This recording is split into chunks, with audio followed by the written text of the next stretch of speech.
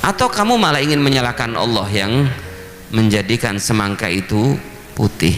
Baru sejak saat itu istrinya sadar dan kemudian beliau tidak pernah marah-marah lagi kepada Syakik al-Balkhi.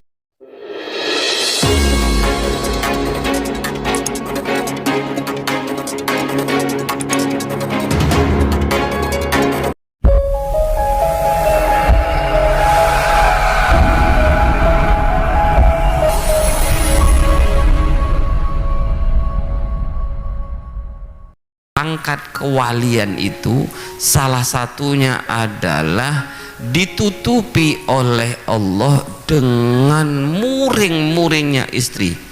Ada namanya tokoh sufi, ini dengan paham, namanya pun Syakik al-Balkhi. Pernah dengar Syakik al-Balkhi?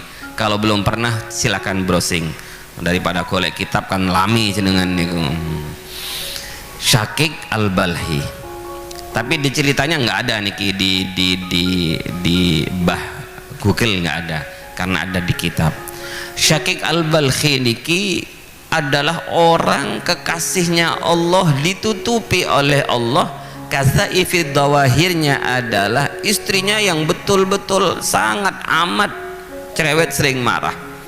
Suatu saat Syakik al-Balkhi niki pergi keluar rumah beberapa hari.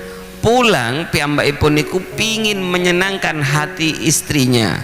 Dia membeli semangka, pilih dia semangka yang paling besar, yang paling mahal. Pak, mana semangka yang paling bagus?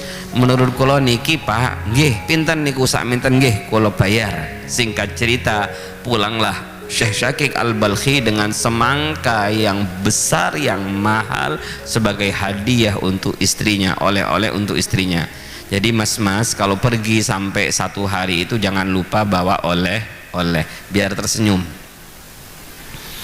Oh, kalau nggak dioleh-oleh pasti nggak tersenyum, soalnya jenengan nggak ingat dalam perjalanan itu kepada istrinya. Begitu sampai di rumahnya, Syakik al-Balkhi bilang, "Dek, ini oleh-oleh saya." Hadirin, begitu dipecah oleh istrinya, ternyata semangkanya itu tidak merah, putih. Marah istrinya dengan pol-polan marah. Syakik al-Balkhi menjadi mustamiin seperti jenengan ngeten niki, mendengarkan dawuhnya istrinya. Jadi kalau istrinya sedang dawuh, jenengan pun diselai. Jenengan niki sanis mustami yang hebat kalau nyelai.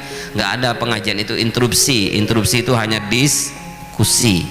Mirengaken istrinya marah-marah. Karena ini beliau paham kazaifid dawahir. Begitu selesai istrinya, Syakik al-Balkhi ingin memberikan pelajaran ngetan. "Dek, yang kamu marah itu siapa sih?" "Saya tah." "Nggih jenengan." "Lah saya kan mana saya tahu dalamnya semangka." Kalau Madura itu karena gara-gara jatuh pucet katanya, atau gara-gara kedinginan di jalan menjadi pucet masuk angin. "Siapa yang tahu semangka dalamnya, Dek? Saya sudah pilih yang paling mahal, yang paling besar. Ternyata kok putih. Siapa yang kamu salahkan? Bukan saya." "Apakah kamu ingin menyalahkan pedagang?" "Namanya pedagang, Dek, kulaan itu pasti sudah nyortir, milih yang bagus. Dilalah dalamnya tidak seperti yang dia pikirkan, itu bukan salah dia." "Atau kamu ingin menyalahkan petaninya?" "Petani mana yang ingin semangkanya jelek?